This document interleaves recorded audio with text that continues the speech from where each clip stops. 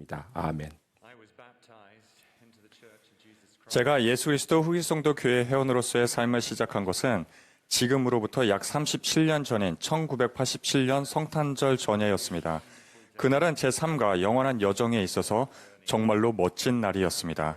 그 길을 준비하고 저를 그 새로운 탄생의 물가로 인도해준 친구들에게 깊이 감사드립니다. 침례를 어제 받으셨든 오래전에 받으셨든 모임을 여러 와드가 있는 큰 교회 건물에서 하시든 초가지붕 아래에서 하시든 구주를 기억하는 성찬 축복을 태국어로 하시든 수와힐리어로 하시든 저는 여러분께 기쁨의 교회에 오신 것을 환영한다고 말씀드리고 싶습니다. 기쁨의 교회에 오신 것을 환영합니다. 자녀 개개인을 위한 하나님 아버지의 사랑의 계획과 구주 예수 그리스도의 구속하시는 삶과 사명이 있었기에 우리는 지상에서 가장 즐거운 사람들이 될 수 있고 또 되어야 합니다. 어려움 많은 세상에서 삶의 폭풍에 강타당하는 가운데서도 우리는 그리스도에 대한 소망이 있고 아름다운 행복의 계획에서 우리의 위치를 알기에 항상 기쁨과 마음의 평화를 느끼며 그 감각을 더 키워나갈 수 있습니다. 주님의 선임 사도이신 러셀 넬슨 회장님은 교회 회장이 되신 후로 거의 모든 말씀에서 예수 그리스도께 중심을 두는 삶에서 오는 기쁨에 대해 말씀하셨습니다. 그분은 너무도 간결하게 이렇게 말씀하셨습니다. 기쁨은 하나님으로부터 오며 그분으로 말미암아 옵니다. 후기 성도에게 예수 그리스도는 기쁨입니다. 우리는 예수 그리스도 교회의 회원입니다. 우리는 기쁨의 교회의 회원입니다. 한 백성인 우리의 기쁨이 가장 분명하게 드러나는 때는 안식일마다 성찬식에 함께 모여 모든 기쁨의 근원인 분을 경배할 때일 것입니다. 성찬식에서 우리는 와드나 지부의 가족들과 함께 모여 주님의 만찬인 성찬과 죄와 죽음으로부터의 구원, 그리고 구주의 크신 은혜를 기념합니다. 성찬식에 와서 우리는 예수 그리스도를 통해 얻는 기쁨과 피난처, 용서, 감사, 소속감을 경험합니다. 여러분도 그리스도 안에서 함께하는 기쁨을 느끼십니까? 그런 기쁨을 안고 교회에 오십니까?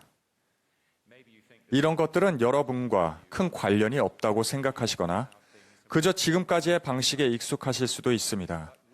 하지만 우리는 모두 나이나 부름에 관계없이 성찬식 모임을 기쁨 가득하고 그리스도께 중심을 둔 환영의 시간이자 즐거운 경건이 함께하는 시간으로 만드는 데 기여할 수 있습니다. 즐거운 경건을 아십니까? 그런 게 있나요? 라고 물으실지 모르겠습니다. 네, 있습니다. 우리는 하나님을 깊이 사랑하고 공경하고 존경합니다. 그리스도의 풍성한 사랑과 자비, 구원 안에서 기뻐하는 사람에게서는 경건이 우러나옵니다. 주님을 향한 이 즐거운 경건은 성스러운 성찬식의 특징이 되어야 합니다. 하지만 대부분 사람들에게 경건이란 단지 가슴팍에 단단히 팔짱을 끼고 머리를 숙이고 눈을 감고 움직이지 않는 것을 의미합니다. 아주 오랫동안 말입니다.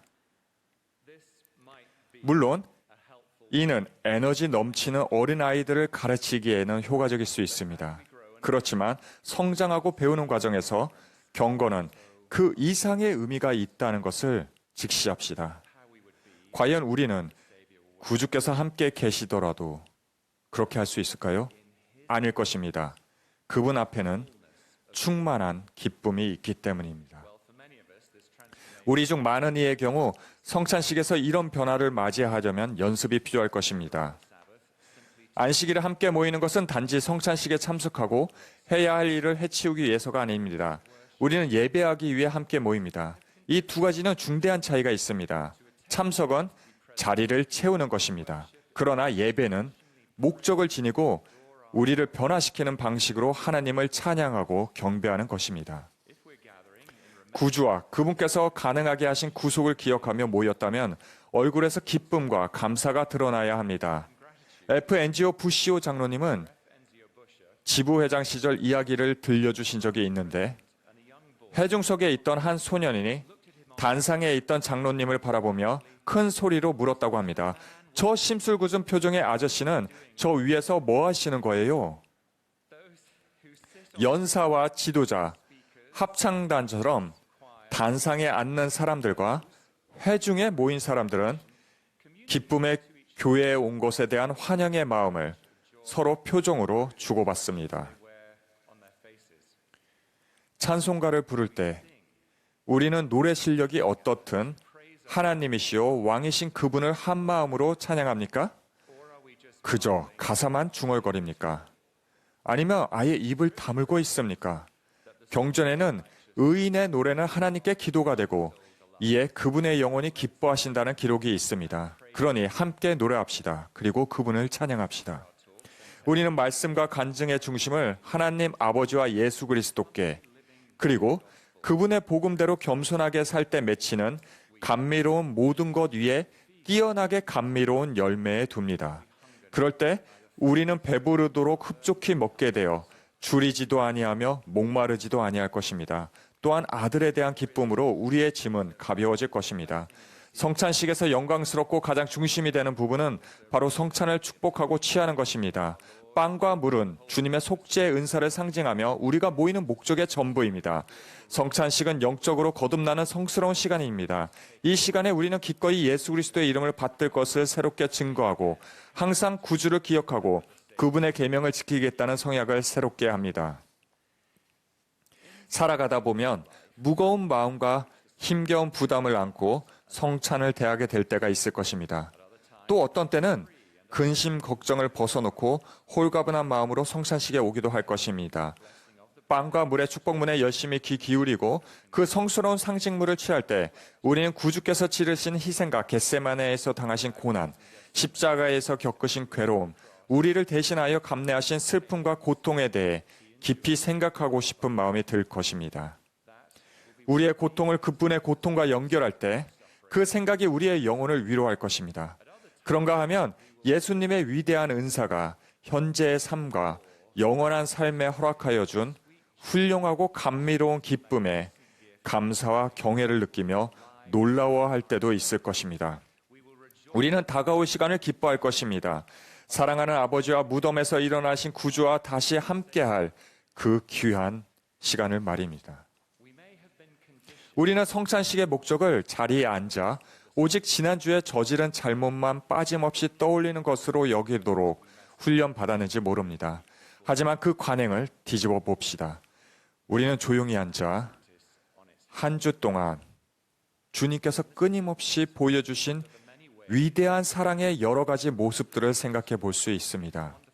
또한 매일 회개함으로써 얻는 기쁨을 발견하는 것의 의미를 생각해 볼 수 있습니다.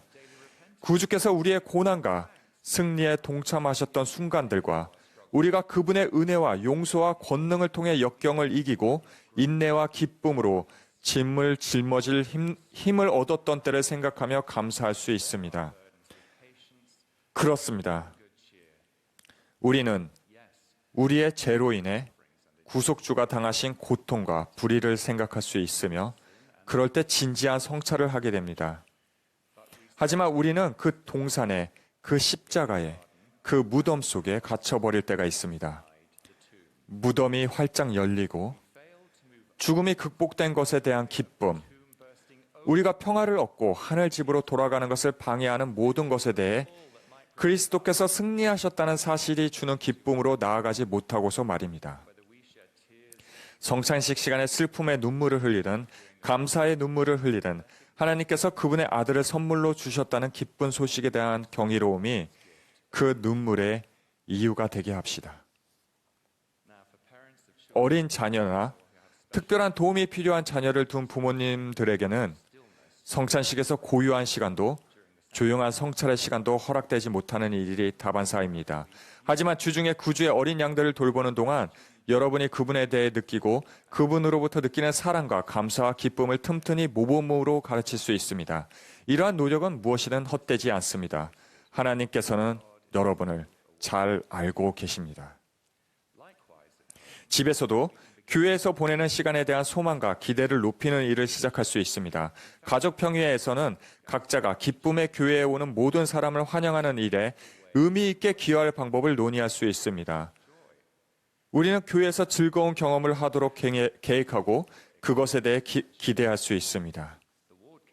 와드 평의회는 성찬식 시간에 즐거운 경건의 문화를 구상하고 조성하며 여기에 도움이 될 실질적인 단계와 시각적인 신호를 파악할 수 있습니다. 사람들은 기쁨을 저마다 다르게 느낍니다. 어떤 이들에게 기쁨은 문 앞에서 나누는 활기찬 인사일 수 있습니다.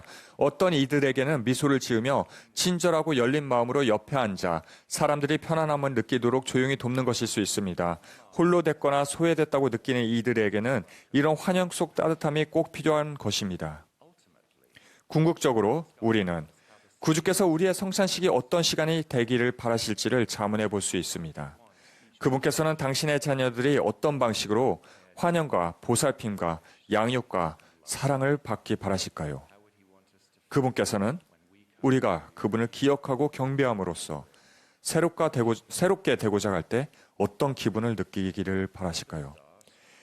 신앙의 여정을 시작하며 제가 경험했던 첫 번째 위대한 발견은 예수 그리스도 안에서 느끼는 기쁨이었습니다. 그것은 제 세상을 바꾸어 놓았습니다.